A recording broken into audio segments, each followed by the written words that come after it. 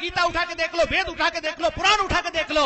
है मेरे नाई भाई, गुजर भाई, तेली भाई, तमोली भाई, पूछना किसी पंडित जी से कि राम के जमाने में हमारे कितने कैबिनेट मंत्री थे, कृष्ण के जमाने में हमारे कितने सरपंच थे, 24 अवतार ने हमारे लिए कौन सी यूनिवर्सिटियां खोली थी, हमारे समाज के कितने डॉक्टर, इंजीनियर, वकील बनाए। जरा 18 पुराण को खंगाल के देखो।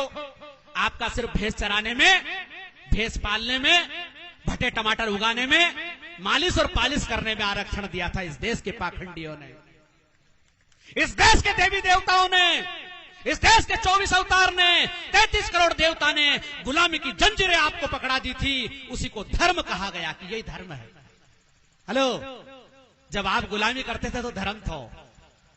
जब आप पैंट शर्ट पहनने लग गए, मास्टर बन गए, पटवारी बन गए, डॉक्टर बन गए, इंजीनियर बन गए, सांसद बन गए, वकील बन गए, तो कलयुग आ गया। अब कलयुग चल रही है। हेलो, इस देश में कलयुग चल रहा है। विचार कीजिए, चिंतन कीजिए, गौर कीजिए। 33 करोड़ देवता के पास मोबाइल फोन नहीं था, फेसबुक नहीं था, व्हाट्सएप नहीं था, अरे सवारी भी नहीं थी दादा। विचार कीजिए, चिंतन कीजिए। कोई मुर्गे पे बैठा, कोई गधे पे बैठा, कोई गरुड़ पे बैठा, कोई काय पे बैठा। अरे तुम एक सवारी का आविष्कार नहीं कर पाए। आप कहते हो कि ब्राह्मण ही ज्ञानी है, तो भैया ज्ञानी है तो आपने आविष्कार कौन सा किया? अरे सारी दुनिया बैलगाड़ी में थी। एक लुहार के लड़के ने अपना दिमाग चलाया इंग्लैंड में, और उसने देखा कि भगोनी की जो दाल उबल रही है और ढक्कन भड़बड़ कर रहा है, अगर इसको एक बेहतरीन यंत्र बना दिया जाए तो दुनिया बैलगाड़ी से निकाल करके रेलगाड़ी में आ जाएगी। ये एक सुतार के लड़के, लुहार के लड़के के दिमाग का कमाल है। सज्जनों, ऐसी बात नहीं है कि हमारे सोंदिया भाई, गुजर भाई, अंजना भाई, कुमावत भाई ये अकलमंद नहीं है। ये अकलमंद हो सकते हैं, ये ज्ञानी हो सकते हैं, लेकिन इनको ज्ञानी बनने ही नहीं दिया गया, इनको पढ़ाया नहीं गया। आज मुसलमान की मस्जिद में जाकर के देखना, जाके देखना, वहां का मौलवी अपने बच्चों को कुरान और हदीस को हिफ्ज करवाता है, पढ़ाता है, अरबी फारसी पढ़ाता है, उर्दू पढ़ाता है। मैं पूछना चाहता हूं, एक गुजर का गांव है पूरा, एक सोंदिया का गांव है, एक अंजना का गांव है, एक कुमावत का गांव है, उसमें मंदिर है, वहां का पुजारी क्यों नहीं पढ़ाता है? चलो चमार बड़ी भील बागरी से तो अबड़ा है तुम्हारो भगवान, मत पढ़ाओ, अनके पिछड़ा वर्ग से तो नहीं अबड़ा है, अनके पढ़ा दो, गुजर के पढ़ा दो। पर जिस दिन गुजर अकलबंद हो गया, डांगी अकलबंद हो गया, सोंदिया हो गया, कुमावत हो गया, तो फिर इस देश में ज्यादा कलयुग आ जाएगा। अभी तो कम आयो, घोर कलयुग आ जाएगा। क्योंकि ज्ञानी आदमी खतरनाक होता है, ज्ञानी आदमी संसार में सबसे ज्यादा खतरनाक होता है। इसलिए भारत के पाखंडियों ने लिखा, स्त्री शूद्रो न धीमताम, स्त्री और शूद्र को विद्या मत दो, क्योंकि कम अकल से कहीं को भी काम करवा सको, कम अकल के कहीं भी कथा पुराण सुनाओ। एक देवता के 10 हाथ था, दूसरा के 20 हाथ था, तीसरा के 50 हाथ था, तो एक के 1000 हाथ था, तो जो गमना गमचारेगा भी मानेगा। कोई मटका से पैदा हो, कोई मुंडा से पैदा हो, कोई कान से पैदा हो, कोई हिरणी से पैदा हुआ। ऐसी जो कथा है, इन कथाओं को कब मानोगे? जब ढांडा रोगा, गमना रोगा, गमचा रोगा, अनपढ़ रोगा। पढ़े लिखे हो जाएगा तो आदमी तर्क करेगा, चिंतन करेगा, मनन करेगा, विचार करेगा। इसलिए इस देश की जनता को गमना और गमचा रखा गया। आज बहुत सारे लोग कहते हैं सब आरक्षण गलत है, आरक्षण आर्थिक आधार पर होना चाहिए। अरे सदियों से जो तुमने आरक्षण बनाया, इससे देश कैसे बर्बाद हुआ वो मैं बता दूं आपको। जब ब्राह्मण ही पढ़ा लिखा था तो उसने छत्री को भी ढंग से नहीं पढ़ाया, क्योंकि छत्री भी अकलमंद हो गया तो अपना छत्री पर खेड़ दोगे। हेलो, जब बुद्ध नाम का छत्री ज्ञानी हुआ, उसने अपना अलग धर्म बना लिया। जब महावीर नाम का ज्ञानी हुआ छत्री, उसने अपना जैन धर्म बना लिया। जब कबीर नाम का ज्ञानी हुआ तो उसने अपना अलग पंथ बनाया। भारत में जब जब कोई ज्ञानी हुआ है, SC ST OBC में, या छत्री भी ज्ञानी बनेगा तो वो अपना अलग सिस्टम बनाएगा। क्यों? क्योंकि वेद पुराण की जो पुराना सिस्टम है वो गलत है। और उस सिस्टम में, वो सिस्टम क्या है? भगवान ने ऊंची नीची पेड़ी बनाई है, सब अपनी पेड़ी पे बैठा रहो, जूता खाता रहो, जूता देता रहो, इससे अगला जन्म सुधर जाएगा।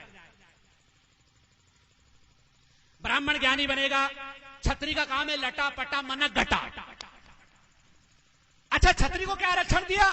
छत्री को यह आरक्षण नहीं है कि वो पूरी दुनिया की यात्रा करे, पूरी दुनिया में जाकर के राज करे। आपने देखा होगा इस देश के क्षत्रियों ने अगर मारा है तो किसको मारा? चमार बड़ी भील बागरी बरगुंडा नाई धोबी तेली तमोली, इनकी बारात रोकी। हेलो, बारात भी रोके तो कहा मरिया मराया के मारे। हेलो, मरिया मराया के। अरे दुनिया में राज करना था ना तुम्हें, 7 समुद्र पार से अंग्रेज आ गए, पूरी दुनिया में राज किया और तुम यही लटा पटा बैठा मना गठा में लगा दिया। तुम्हारी ताकत यहाँ की यही लगी। तुम्हारी जिंदगी का मकसद क्या बनाया? हमारे जैसे पाखंडियों ने, धर्म के ठेकेदारों ने क्या कहा? छत्री को काम है नीची जाति को तपाओ, सोंदिया गुर्जर दांगी यादव माली तेली तमोली ये नाई धोबी इनको अपनी जाति को काम कराओ, नहीं करे तो मारो। ये तो बापड़ा अंग्रेज अच्छा आ गया जो ये सारा सिस्टम बदल दिया। इस देश के शोषकों की ऐसी रगड़ाई और ऐसी तपाई करी कि आज भी 15 अगस्त 26 जनवरी पे बोले गोरागढ़ था, गढ़ा मारिया, कुर्सी पे नहीं बैठ देता था, रेल में नहीं बैठ देता था। अरे भाई तुम भी तो कुर्सी पे नहीं बैठने दे रहे हो। आज दलित समाज का, आदिवासी समाज का, पिछड़ी जाति का व्यक्ति अगर सरपंच बन जाता रहे तो आज आप भी तो नहीं बैठने दे रहे हो। वो गोरे अंग्रेज थे, आप काले अंग्रेज हो। तो सज्जनों, इस आरक्षण से क्या नुकसान हुआ? छत्री के एक साथ बीमारी हो गई कि अपनी जिंदगी को लक्ष्य कहीं है सिर्फ नीची जाति का दबानो और कोई लक्ष्य नहीं हो। बनिए ने सोचे बापड़ा ने कि अपने कहीं करनो, छत्री और ब्राह्मण ये राजनीति करे, ये कहीं करे, अपन तो दुकान पे सौदो वो में बेचारा औंधा हो गया। आज को पता होना चाहिए सज्जनों, अंग्रेज जब नहीं आए थे एक भी बनिया समाज का आदमी बहुत बड़ा ज्ञानी नहीं बना, एक भी इतना बड़ा कवि, इतना बड़ा साहित्यकार नहीं हुआ, एक भी बनिया बहुत बड़ा ज्ञानी, बहुत बड़ा विद्वान और बहुत बड़े तलवारबाज नहीं हो पाया। क्यों? क्योंकि जेको काम जेके साजे और करे तो डींगा बाजे। जो जिस जाति में पैदा हुआ उसको वैसा ही रहना है। सज्जनों, आज से 2500 साल पहले भगवान गौतम बुद्ध ने इस व्यवस्था के खिलाफ आंदोलन चलाया। उनने कहा सब मनुष्य बराबर है, सबको पढ़ने लिखने का अधिकार होना चाहिए, सबको अपना मर्जी का व्यवसाय करने का अधिकार होना चाहिए। नाई समाज के आदमी को महापंडित बना दिया। किसने? बुद्ध ने। सुजाता नाम के अहीर समाज की, गुर्जर समाज की लड़की ने उनको खीर खिलाई और उनको बुद्धत्व की प्राप्ति हुई। और बुद्धत्व की प्राप्ति में यह हुआ कि सब मनुष्य समान है और सबको अपनी मर्जी रुचि के हिसाब से इस जन्म में विकास करने का अधिकार है। स्वामी विवेकानंद अपने प्रवचन में कहते हैं, जो धर्म यह कहता है कि तुम्हारा अगले जन्म में तुम्हें अधिकार मिलेंगे, अगले जन्म में रोटी मिलेगी, अगले जन्म में तुम्हारा उद्धार होगा, वो धर्म नहीं अधर्म है। किसने देखा अगले जन्म में? इस जन्म में तुम गुलगुला खा रहे हो, इस जन्म में कमर तुम्हारी कमरे जैसी हो रही है, इस जन्म में तुम मारुति कार से उठी एसी से बाहर नहीं निकल रहे हो और हमें कह रहे हो कि तुम्हारा अगलो जन्म सुधारो।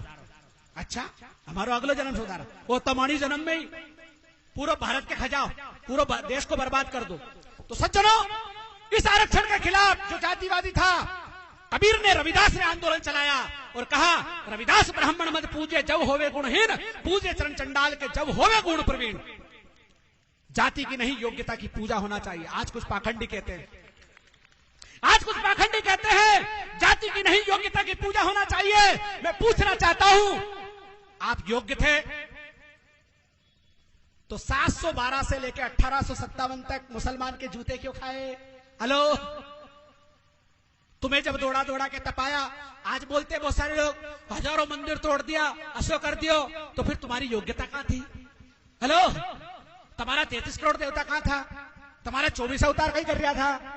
और चलो भी तो बापड़ा सो रहा था, भी तो बाटा लोड़ी का है। आप क्या कर रहे थे? आपकी योग्यता कहां गई थी? जब 1857 से लेकर 1947 तक अंग्रेजों ने तुम्हारी रगड़ाई की, उस समय तुम्हारी योग्यता और बहादुरी कहां थी? विचार कीजिए, चिंतन कीजिए। योग्यता किसी बाप की बपोती नहीं होती है, किसी जाति वर्ग की बपोती नहीं होती है, कोई जन्म से योग्य और अयोग्य नहीं होता है। सज्जनों, आदमी को 3 चीज से योग्य बनता है, एनवायरमेंट, एजुकेशन एंड एक्सपीरियंस। 3 चीजों से आदमी योग्य बन जाता है, चाहे वो किसी भी जाति वर्ग संप्रदाय का हो। एनवायरमेंट, जैसा आपका वातावरण होगा वैसा आदमी हो जाता है, जैसा आपका अनुभव होगा और जैसा एजुकेशन सिस्टम होगा। जब सदियों से आपने इंसान को पढ़ने ही नहीं दिया तो वो योग्य कहां से बने? हेलो, जब आदमी पढ़ने लगा, हिरण्यधनु महाभारत में पढ़ा होगा आपने, सुना होगा, हिरण्यधनु राजा का लड़का, भील का लड़का था, एकलव्य। जब वो अपनी धनुर्विद्या अपने गुरु के माध्यम से सीखा, शोषकों ने उसका अंगूठा काट दिया और कहा कि वो तो गुरुजी की मूर्ति बना के नाड़े आड़े विद्या सीख रही हो तो चोरी कर रही हो, तो इसलिए गुरुजी ने उसका अंगूठा मांग लिया और अतरो गमचो तो क्या उन्हें अंगूठा दे दियो। विचार कीजिए, चिंतन कीजिए, गौर कीजिए। अरे जब वो हिरण्यधन राजा का लड़का था तो उसका अपना गुरु होगा स्वयं का, वो दूसरे के गुरु के पास कहाँ को जाएगा? विचार कीजिए, चिंतन कीजिए, गौर कीजिए। इसलिए सज्जनों, एकलव्य का अंगूठा जबरदस्ती काटा गया और पाखंडियों ने क्या कहा कि वो तो गुरु दक्षिणा में दिया गया था। और इस देश के पाखंडी लोग उस गुरु द्रोणाचार्य के नाम पर बड़े बड़े पुरस्कार दिए जा रहे हैं कि अच्छो पहला अंगूठो काटो तो और अब द्रोणाचार्य को वो एकलव्य को पाठ हटा करके पाठ काट दियो। उनके बाप दादाओं ने हजारों साल पहले क्या काटा था? अंगूठा काटा था। और पहले जो 10 साल 20 साल पहले पढ़े हुए हैं, 5वीं में मध्य प्रदेश सरकार एकलव्य का पाठ पढ़ाती थी, वो पाठ हटा दिया, अब काट दिया। तो सज्जनों, ये सारी व्यवस्था, इस देश में 2 व्यवस्था है, एक शोषक की व्यवस्था है, एक शोषित की व्यवस्था है। शोषक के कौन लोग हैं और शोषित के कौन लोग हैं, ये आपको समझना पड़ेगा। तो कबीर ने कहा था, एक बूंद एक मलमूत्र एक चामर गूदा, एक ज्योति से सभी जन में को बामण को सूदा। एक बूंद, जिस माता पिता के रजवीर से ब्राह्मण क्षत्रिय वैश्य पैदा होते हैं, उसी से सुनार से लेकर चमार तक, कायस्थ से लेकर कहार पैदा होते हैं। 9 महीने में आप पैदा होते हैं, 9 महीने में हम पैदा होते हैं। अरे जहां से तुम खाते हो वहीं से हम खाते हैं, जहां से तुम निकालते हो वहीं से हम निकालते हैं। तो फिर ऊंची नीची पेड़ी कैसे? हेलो, थोड़ा हाउ कर दीजिए, विचार कीजिए, चिंतन कीजिए। कबीर कितनी बड़ी बात कहते हैं, कितनी बड़ी बात कहते हैं। एक बूंद एक मलमूत्र एक चामर गूदा और एक ज्योति से सभी जन में को बामण को सूदा। अरे मलमूत्र से भी जाति का पता चल जाता है। यो बकरी की मेंढगी है, ये ऊंट की लीद है, ये कुत्ते ने बिगाड़ा है। लेकिन एक गांव में अगर सभी जातियों के लोग खाड़ बिगाड़ के आ जाए, रोड बिगाड़ के आ जाए, तो पता नहीं चलेगा कि ये ठाकुर साहब का है कि पंडित जी का है कि पंडिता ने